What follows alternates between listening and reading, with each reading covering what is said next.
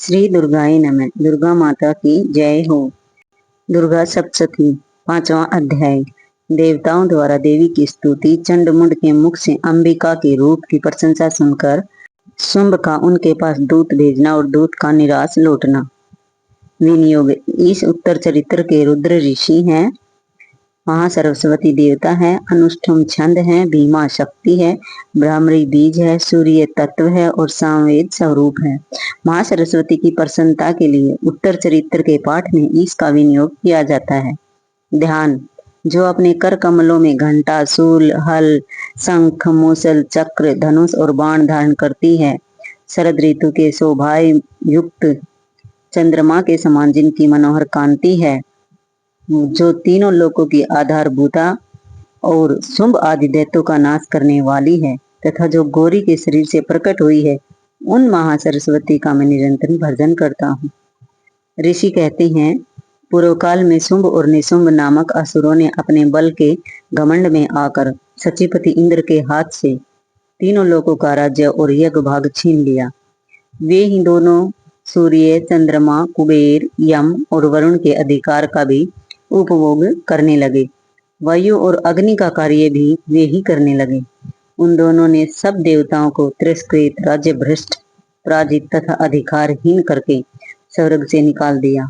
उन दोनों महान असुरों से अपमानित देवताओं ने अपराजिता देवी का स्मरण किया और सोचा, जगदम्बा ने हम लोगों को जो वर दिया था, विपद काल में स्मरण करने पर मैं तुम्हारी सब आपत्तियों का तत्काल नाश कर दूंगी। यह विचार कर देवता गिरिराज हिमालय पर गए और वहां भगवती विष्णु माया की स्तुति करने लगे। देवता बोले, देवी को नमस्कार है, महादेवी शिवा को सर्वदा नमस्कार है, प्रकृतियों भद्रा को प्रणाम है। हम लोग नियम पूर्वक जगदम्बा को नमस्कार करते हैं। रुद्र को नमस्कार है, नित्या गौरी एवं धात्री को बारंबार हमारा नमस्कार है। ज्योत्सनामयी, चंद्र रूपिणी एवं कल्याणमयी देवी को बारंबार प्रणाम है। शरणागतों का कल्याण करने वाली रिद्धि एवं सिद्धि रूपा देवी को हम निरंतर नमस्कार करते हैं। राक्षसों की लक्ष्मी, राजाओं की लक्ष्मी तथा शिव पत्नी स्वरूपा आप जगदम्बा को बार बार नमस्कार है। दुर्गा, दुर्गम संकट से पार उतारने वाली, सबकी सारभूता, सर्वकारिणी, ख्याति कृष्णा और धूम्रा देवी को सदैव नमस्कार है। अत्यंत सौम्य तथा अत्यंत रौद्र रूपा देवी को भी हम नमस्कार करते हैं, उन्हें हमारा बारंबार नमस्कार है। जो देवी सब प्राणियों में विष्णु माया के नाम से कही जाती है, उनको नमस्कार है, उनको बार बार नमस्कार है।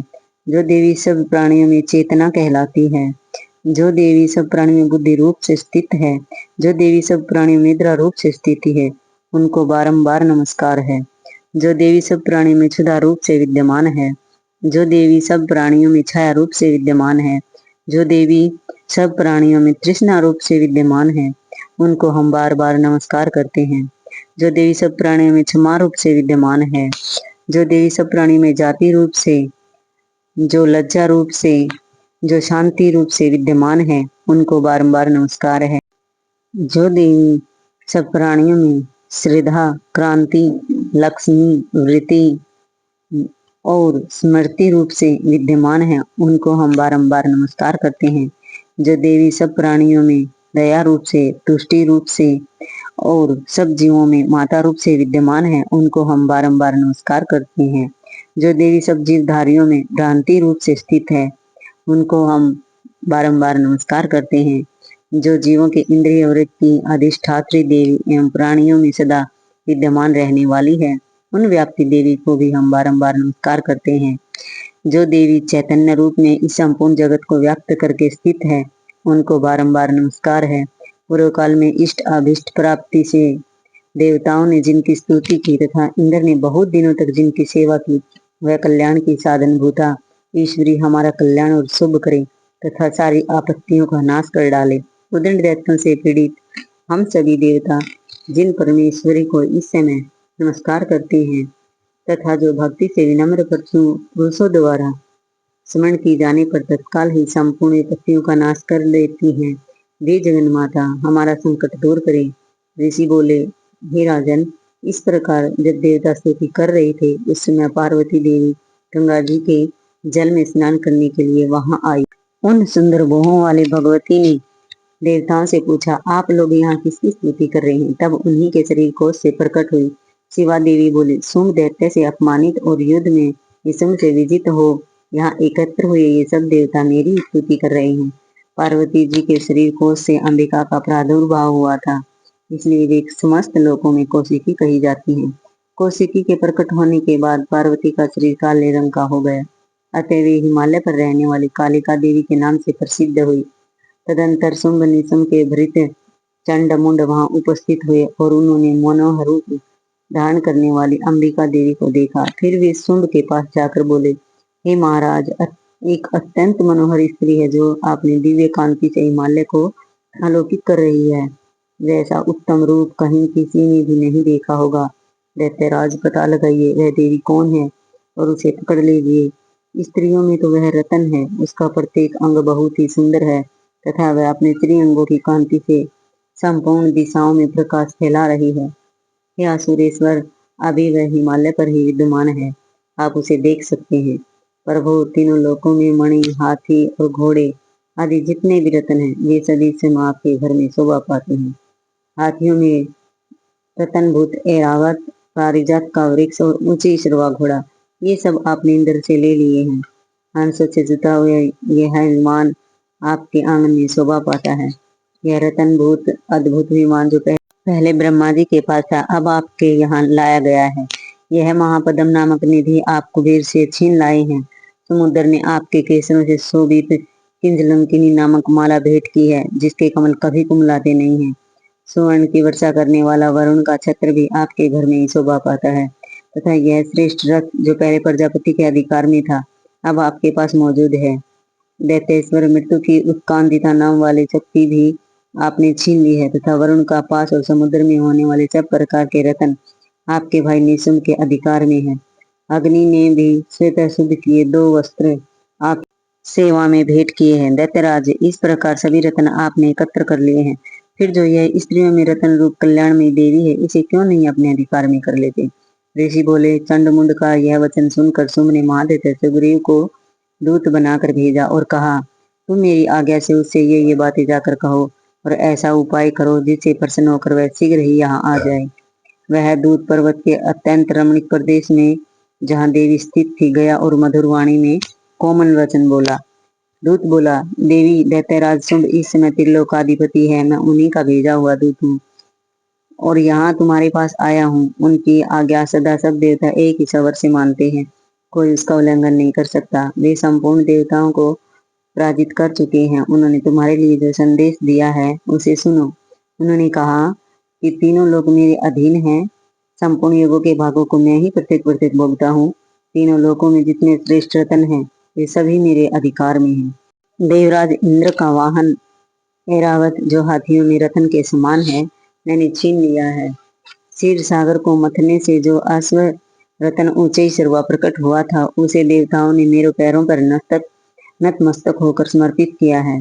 सुंदरी, उनके सिवा और भी जितने रत्नभूत पदार्थ देवताओं, गंधर्वों और नागों के पास थे, वे सब मेरे ही पास आ चुके हैं। देवी, हम लोग तुम्हें संसार की स्त्रियों को में रतन मानते हैं, अतः तुम हमारे पास आ जाओ, क्योंकि रत्नों का उपभोग करने वाले हम ही हैं। चपल कटाक्षों वाली सुंदरी, तुम मेरी या मेरे भाई महापराक्रमी निशुंभ की सेवा में आ जाओ, क्योंकि तुम रतन स्वरूपा हो। मेरा वर्ण करने से तुम्हें अतुलनीय महान ऐश्वर्य की प्राप्ति होगी। अपनी बुद्धि से यह विचार कर तुम मेरी पत्नी बन जाओ।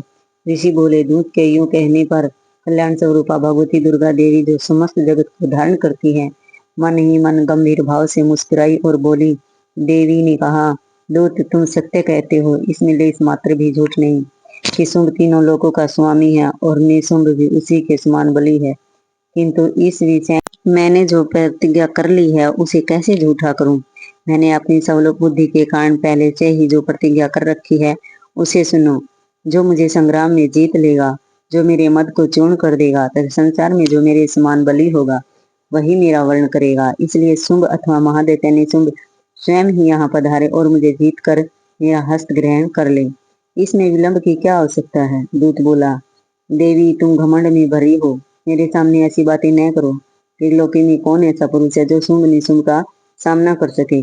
देवी, अन्य दैत्यों के सामने भी सारे देवता युद्ध में नहीं ठहर सकते फिर तुम अकेली ही स्त्री होकर कैसे ठहर सकती हो? जिन शुंभ आदि दैत्यों के सामने इंद्र आदि देवता भी युद्ध में खड़े नहीं हुए, उनके सामने तुम स्त्री होकर कैसे जाओगी? इसलिए तुम मेरे ही कहने से शुंभ निशुंभ के पास चली चलो। ऐसा करने से तुम्हारे गौरव की रक्षा होगी, अन्यथा जब ये केसों को पकड़कर घसीटेंगे तब तुम्हें अपनी प्रतिष्ठा खोकर जाना पड़ेगा। देवी ने कहा, तुम्हारा कहना ठीक है। शुंभ बलवान है और निशुंभ भी बड़ा पराक्रमी है, किंतु क्या करूं? मैंने पहले बिना सोचे समझे प्रतिज्ञा जो कर ली है, अतः अब तुम जाओ। मैंने तुमसे जो कुछ कहा है वह सब असुरराज से आदरपूर्वक कहना, फिर उन्हें जो उचित जान पड़े करें। इति देवी तथा दूत संवाद नामक 5वां अध्याय समाप्त। श्री दुर्गाय नमः। छठा अध्याय धूम्रालोचन का वध। ध्यान। मैं सर्वज्ञेश्वर भैरव के अंग में निवास करने वाली परमोत्कृष्ट पद्मावती देवी का चिंतन करता हूँ। वे नागराज के आसन पर विराजमान है। नागों के फणों में सुशोभित होने वाली मणियों की विशाल माला से उनकी देह रूपी लता चमक रही है। उनका तेज सूर्य के समान है। 3 नेत्र उनकी शोभा बढ़ा रहे हैं। वे हाथों में माला, कुंभ, कपाल और कमल लिए हुए हैं। उनके माथे पर अर्धचंद्र का मुकुट शोभायमान है।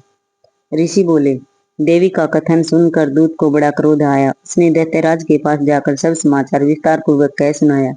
दूत के वचन को सुनकर दैत्यराज कुपित हो उठा और असुर सेनापति धूम्रलोचन से बोला, धूम्रलोचन, तुम शीघ्र अपनी सेना साथ लेकर जाओ और उस दुष्टा को केस पकड़कर घसीटते हुए जबरदस्ती यहाँ ले आओ। उसकी रक्षा करने के लिए यदि कोई दूसरा खड़ा हो, वह देवता, यक्ष अथवा गंधर्व कोई भी क्यों न हो, उसे अवश्य मार डालना। ऋषि बोले, शुंभ के इस प्रकार आज्ञा देने पर धूम्रलोचन दैत्य ने 60,000 असुरों की सेना लेकर वहां से तुरंत ही प्रस्थान किया। वहां पहुंचकर उसने हिमालय पर रहने वाली देवी को देखा और ललकार कर कहा, अरे तू शुंभ निशुंभ के पास चल। यदि इस समय प्रसन्नता पूर्वक मेरे स्वामी के पास नहीं चलेगी तो मैं बलपूर्वक चोटी पकड़कर घसीटते हुए तुझे ले चलूंगा। देवी बोली, तुझे दैत्यों के राजा ने भेजा है। तुम स्वयं भी बलवान हो और तुम्हारे पास इतनी बड़ी विशाल सेना भी है। ऐसी दशा में यदि मुझे बलपूर्वक ले चलोगे तो मैं तुम्हारा क्या कर सकती हूँ? ऋषि बोले, देवी के यूं कहने पर दैत्य धूम्रलोचन उनकी ओर दौड़ा। तब अंबिका ने हूं शब्द के उच्चारण मात्र उसको भस्म कर दिया। फिर तो क्रोध में विहल दैत्यों की विशाल सेना और अंबिका ने एक दूसरे पर तीखे बाणों, शक्तियों तथा फरसों की वर्षा आरंभ की। इतने में ही देवी का वाहन सिंह क्रोध में भरकर भयंकर गर्जना करके गर्दन के बालों को हिलाता हुआ असुरों की सेना में कूद पड़ा। उसने कुछ दैत्यों को नखों की मार से, कितनों को अपने जबड़ों की मार से और कितने ही महादैत्यों को पटक कर दाढ़ों से फाड़ करके मार डाला। उस सिंह ने अपने नखों से कितनों के पेट फाड़ डाले और थप्पड़ मार कर कितनों के सिर धड़ से पृथक कर दिए। कितनों की भुजाएं और मस्तक काट डाले तथा अपनी गर्दन के बाल हिलाते हुए उसने दूसरे दैत्यों के पेट फाड़कर उनका रक्त चूस लिया। अत्यंत क्रोध में भरे हुए देवी के वाहन उस महाबली सिंह ने क्षण भर में ही असुरों की सेना का संहार कर डाला। सोम ने जब यह सुना कि देवी ने धूम्रलोचन असुर को मार डाला तथा उसके सिंह ने सारी सेना का सफाया कर डाला, तब वह दैत्यराज बड़ा कुपित हुआ। उसके होंठ कांपने लगे। उसने चंड और मुंड नामक 2 महादैत्यों को आज्ञा दी कि हे चंड और हे मुंड, तुम लोग बहुत बड़ी सेना लेकर वहां जाओ और उस देवी को झूठे से पकड़कर अथवा उसे बांधकर शीघ्र ही यहाँ ले आओ। यदि इस प्रकार उसको लाने में तुम्हें संदेह हो तो युद्ध में सब प्रकार के अस्त्र शस्त्रों तथा समस्त आसुरी सेना का प्रयोग करके उसका वध कर डालना। उस दुष्टा की हत्या होने तथा सिंह के भी मारे जाने पर उस मरी हुई अंबिका को बांधकर साथ लेकर शीघ्र ही लौट आना। इति शुंभ निशुंभ के सेनापति धूम्रलोचन का वध नामक छठा। दुर्गा माता की जय हो। जय दुर्गा माता।